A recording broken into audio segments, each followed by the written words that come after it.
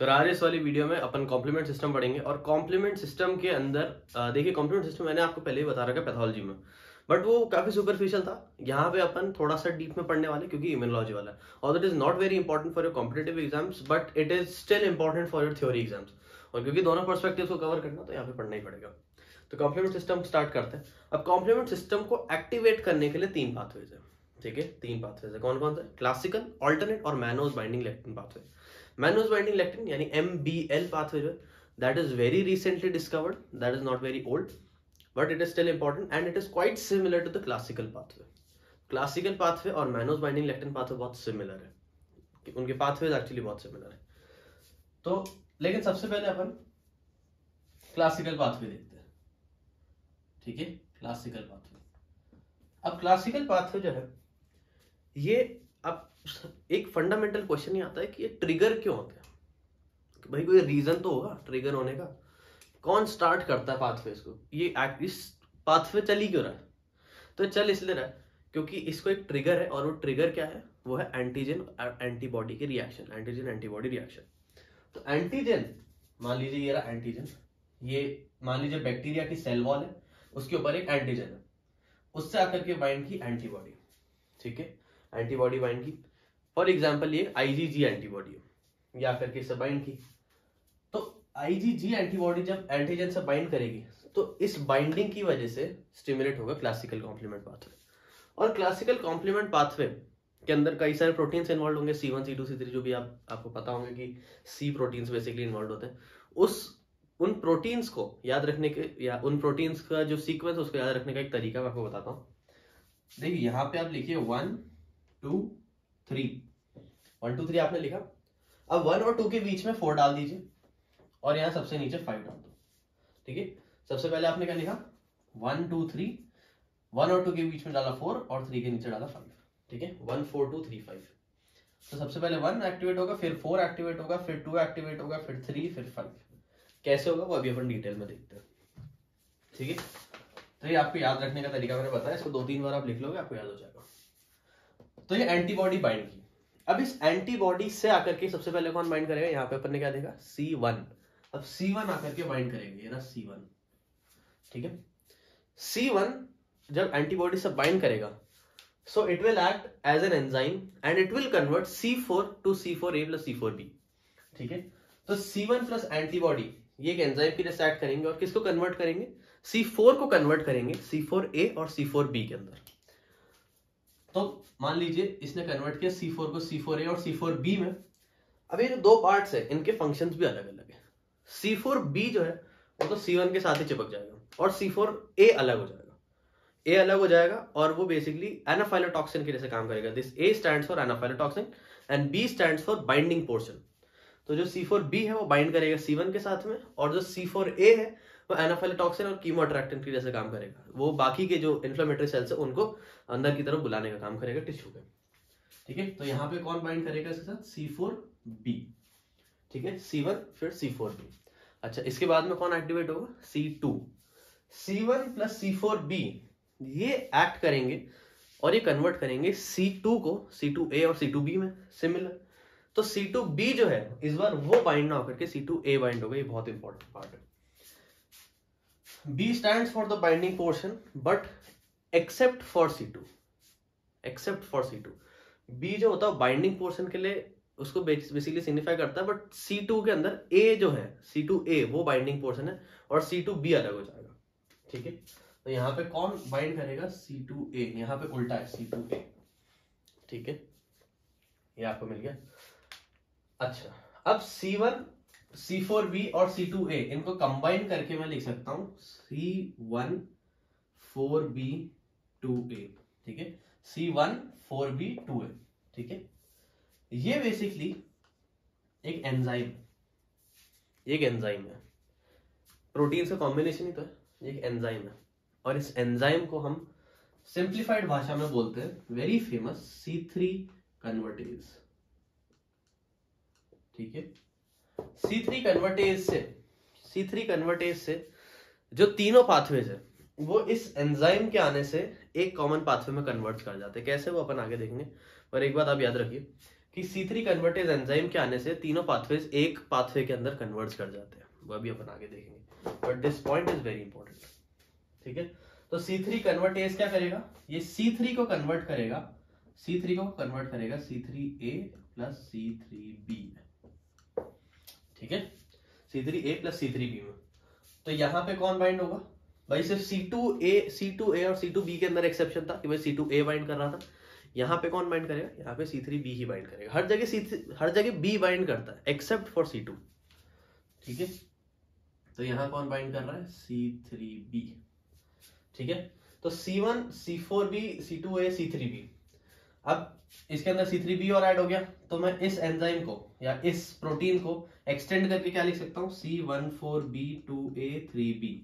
ठीक है, सिंपल है ये नाम, बुक में देखते हैं तो बहुत डिफिकल्ट लगता है ये कैसे आ गया नाम, but it is very very simple. ठीक है, अच्छा, इस प्रोटीन को भी एक एंजाइम, ये प्रोटीन भी बेसिकली एक एंजाइम है, ये एंजाइम है C5 कन्वर्टेज। ठीक है, C5 कन्वर्टेज, और ये C5 कन्वर्टेज क्या करेगा, सेम C5 को कन्वर्ट करेगा किसमें, C5A प्लस C5B में। ठीक है, यहां पे कौन बाइंड करेगा, C5B, और C5A अलग हो जाएगा। अब C5A जो है उसका एक इंपॉर्टेंट फंक्शन है C5A का, ये मैंने आपको पैथोलॉजी वाली वीडियो में बताया था। C5A जो है ना, ये बेसिकली एक कीमो अट्रैक्टेंट है, किसके लिए, न्यूट्रोफिल के लिए। It is a very strong attractant for neutrophils. तो जिस टिश्यू के अंदर इन्फ्लेमेशन चल रहा है, ये इन्फ्लेमेशन ही तो है, बैक्टीरिया कहाँ पे होगा, इन्फ्लेमेशन वाली जगह पे ही तो होगा, जहाँ बैक्टीरिया होगा बेसिकली वहाँ इन्फ्लेमेशन होगा ना। तो इन्फ्लेमेशन वाली जगह पे न्यूट्रोफिल्स की जरूरत है, तो उसका अपन बुलाएं कैसे इन्फ्लेमेशन वाली जगह पे, C5A से। C5A क्या करेगा, कीमो अट्रैक्टेंट है, न्यूट्रोफिल को अंदर बुलाएगा टिश्यू के। ठीक है, अच्छा, अब जैसे C5B बाइंड करेगा ना, C5B C6 से लेके C9 तक सारे प्रोटीन से बाइंड कर जाएगा। ठीक है, C6 C7 C8 C9 इन चारों को और बाइंड कर लेगा, और यहां बीच में से ये जैसे ही बाइंड होंगे C5B C6 C7 C8 C9, ये यहां से अलग हो जाएगा। ठीक है, और एक अलग से प्रोटीन बना लेगा, ये वाला C5B C6 C7 C8 C9। ये प्रोटीन जो है ये जाएगा, ये मेम्ब्रेन के अंदर, किसी भी बैक्टीरिया की मेम्ब्रेन के अंदर। ये सारे बैक्टीरिया में नहीं कर सकता, बहुत कम बैक्टीरिया जिनके अंदर ये चीज एक्ट करेगी। क्या चीज एक्ट करेगी, ये बेसिकली मेम्ब्रेन के अंदर जाकर के एक छेद कर देगा। It will drill a hole in the membrane of bacteria. ठीक है, तो ये होल ड्रिल करेगा बेसिकली, और उस मेम्ब्रेन को क्योंकि अटैक कर रहा है, तो this is called membrane attack complex. But it will not act on every bacteria, it will act on very very few bacteria. For example Nigeria जैसे बैक्टीरिया पे एक्ट करेगा, हर बैक्टीरिया पे एक्ट नहीं कर सकता, क्योंकि जो सेल वॉल वगैरह की लेयर है दैट इज वेरी थिक। ठीक है, तो इसको अपन ने क्या नाम दिया, मेम्ब्रेन अटैक कॉम्प्लेक्स। ये क्या करेगा, ये ऐसा दिखता है थोड़ा सा, अगर 3D व्यू देखें तो ये बेसिकली टनल जैसा दिखता है थोड़ा। ठीक है, पेंटामेरिक प्रोटीन है, 5 प्रोटीन है इसके अंदर, तो 5 पार्ट होंगे इस टनल के। ठीक है, 1 2 3 4 5। ठीक है, 5 पार्ट होंगे इस टनल के, पेंटामेरिक प्रोटीन है। तो ये जो टनल है बेसिकली इसने एक्स्ट्रा सेलुलर फ्लूइड को बैक्टीरिया के अंदर के एनवायरनमेंट से कनेक्ट कर दिया। तो अब क्या होगा, बाहर जो सोडियम है, वाटर है या फिर कैल्शियम है, ये सब अंदर आ जाएगा बैक्टीरिया के, और बैक्टीरिया का ग्रेजुअली किलिंग हो जाएगी। ठीक है, बट मैंने आपको बताया सारे बैक्टीरिया में एक्ट नहीं करता। ठीक है, ये आपको समझ में आ गया। ठीक है, अच्छा, अब मैंने आपको एक इंपॉर्टेंट चीज बताई थी, ये वाली, यहां पर आकर के सारे पाथवेज कन्वर्ज कर जाते हैं। कैसे, वो अब अपन देखते हैं। इसको मैं एक बार हटा रहा हूँ, अपन सेकंड पाथवे पे चल रहे हैं जो कि है मैनोज बाइंडिंग लेक्टिन पाथवे, फिर थर्ड पाथवे पे चलेंगे, फिर इस पॉइंट को अपन प्रूव करेंगे। ठीक है,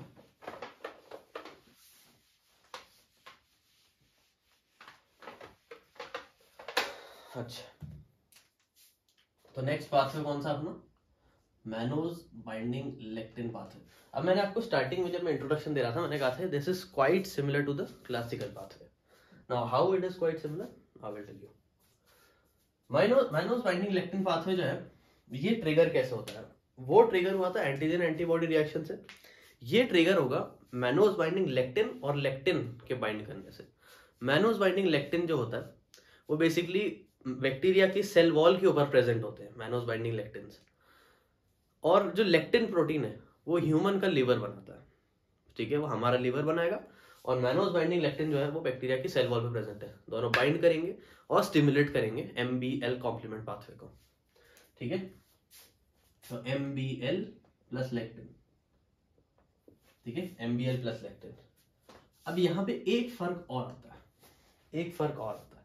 वो फर्क क्या है, देखिए ये वही बैक्टीरिया, बैक्टीरिया के ऊपर ये क्या है MBL, उसके ऊपर क्या बाइंड किया करके लेक्टिन, ठीक है।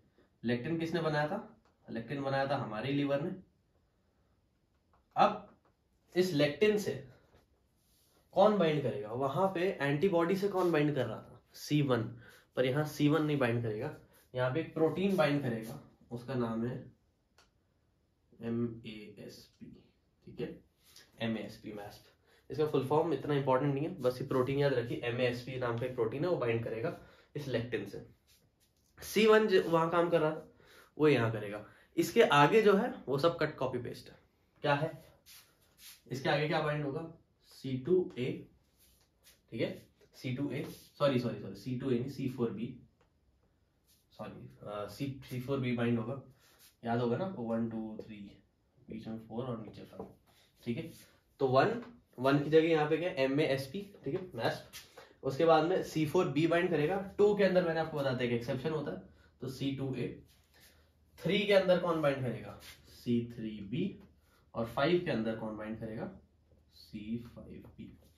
5 के बाद आपको पता है क्या होने वाला है, C6 C7 C8 C9 से बाइंड करेगा, और ये सब क्या करेंगे, ये डिटैच हो जाएंगे इससे और मेम्ब्रेन अटैक कॉम्प्लेक्स बना लेंगे, ठीक है। वो जो पाथवे है ना मेम्ब्रेन अटैक कॉम्प्लेक्स वाला, वो सब में सिमिलर है।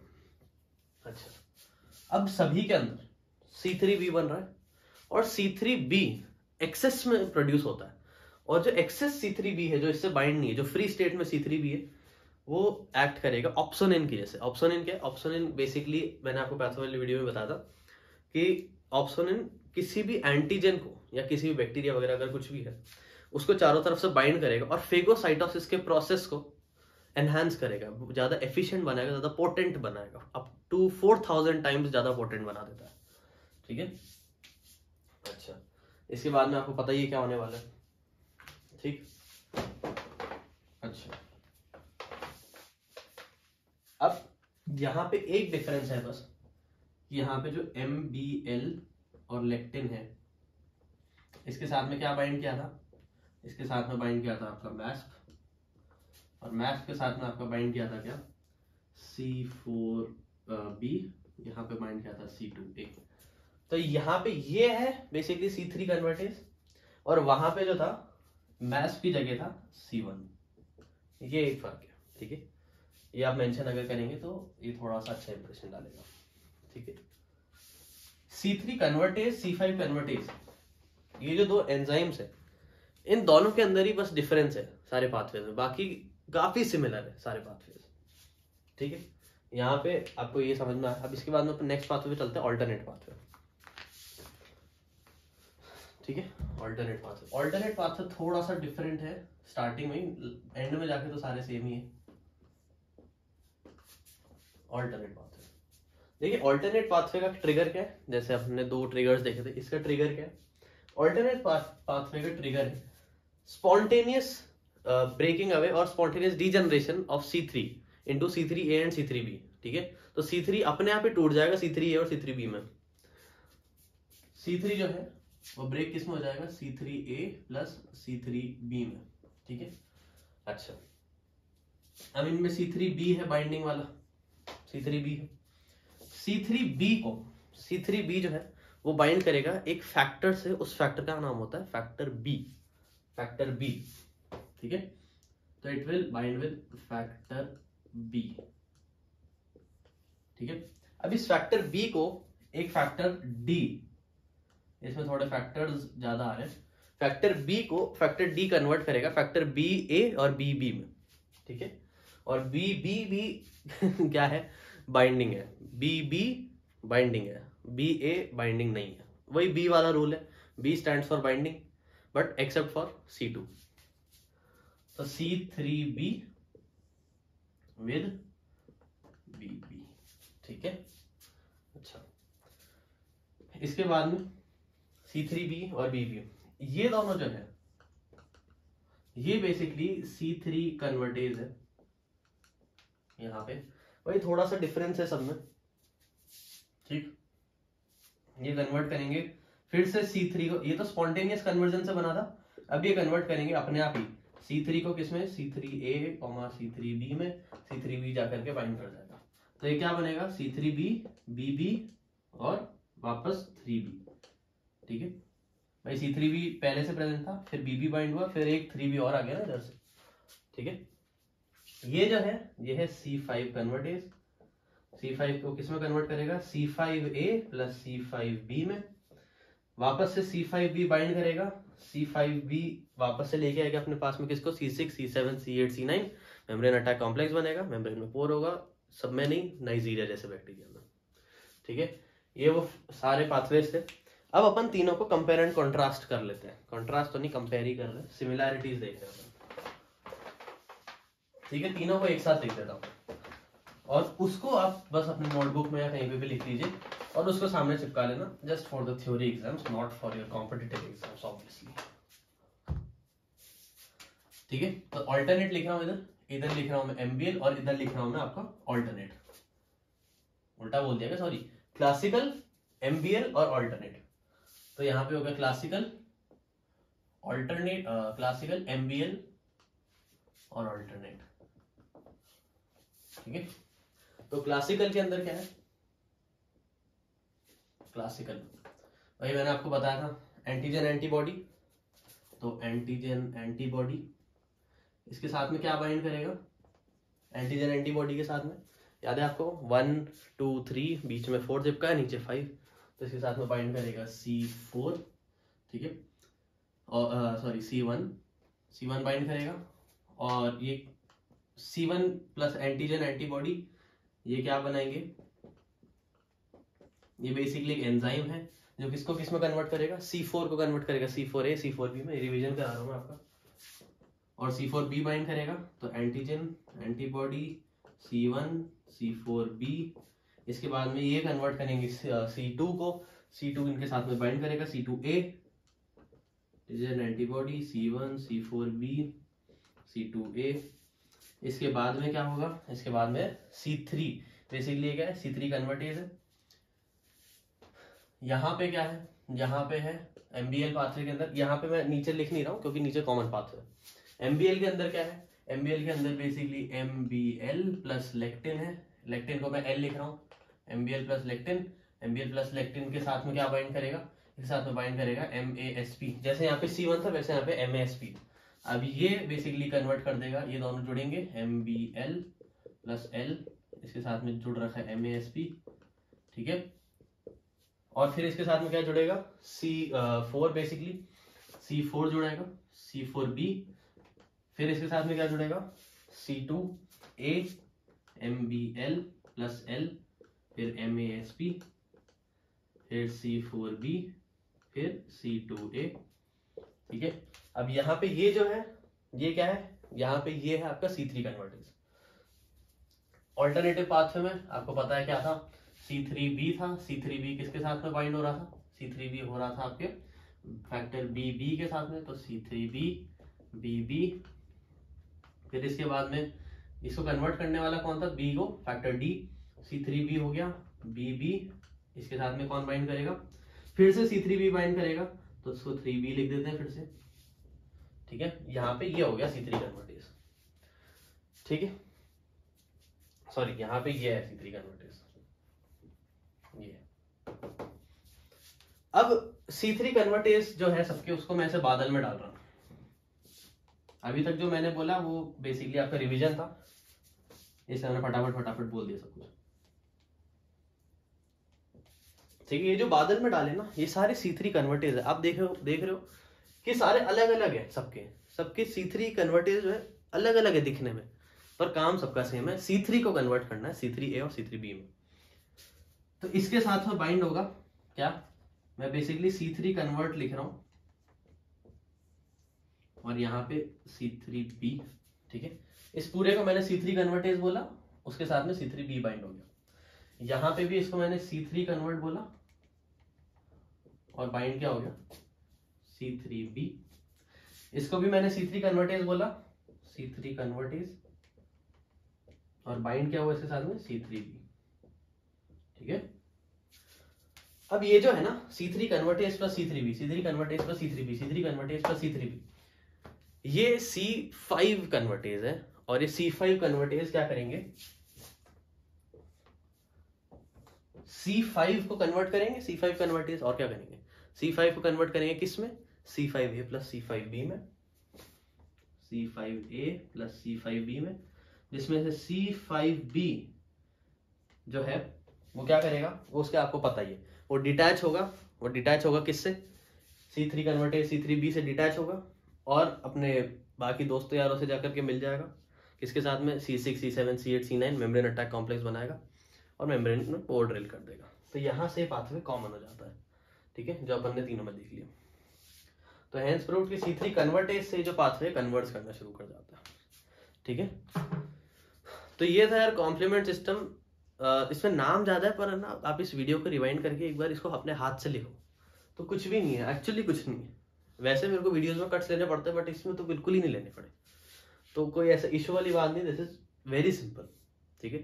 थोड़ा सा बुक में कॉम्प्लिकेटेड लगता है कि क्या है बी सी ये सब क्या है, कुछ नहीं है, इट इज वेरी सिंपल, ठीक है। तो ये कॉम्प्लीमेंट सिस्टम था, तो नेक्स्ट वीडियो मिलते हैं, थैंक यू।